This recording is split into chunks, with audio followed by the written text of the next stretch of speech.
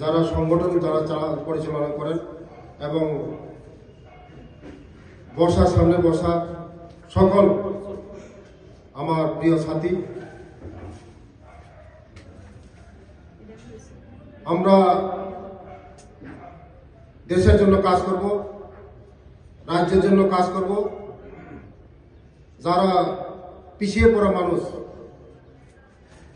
যারা শোষিত বঞ্চিত মানুষ, তাদের জন্য আমরা কাজ করব।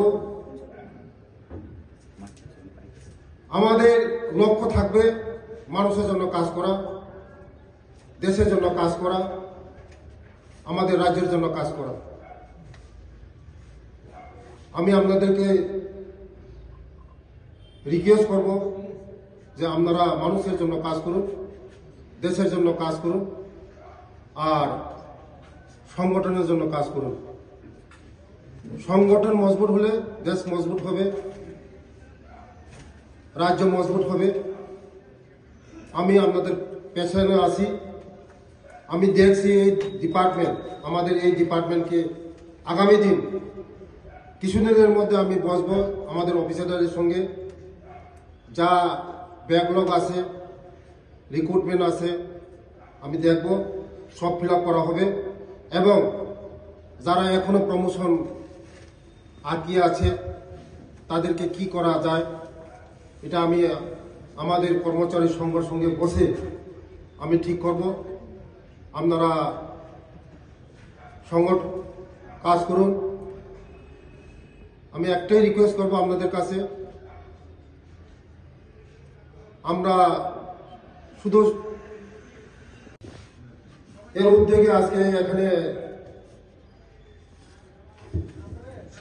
সম্মেলন, এই সম্মেলনের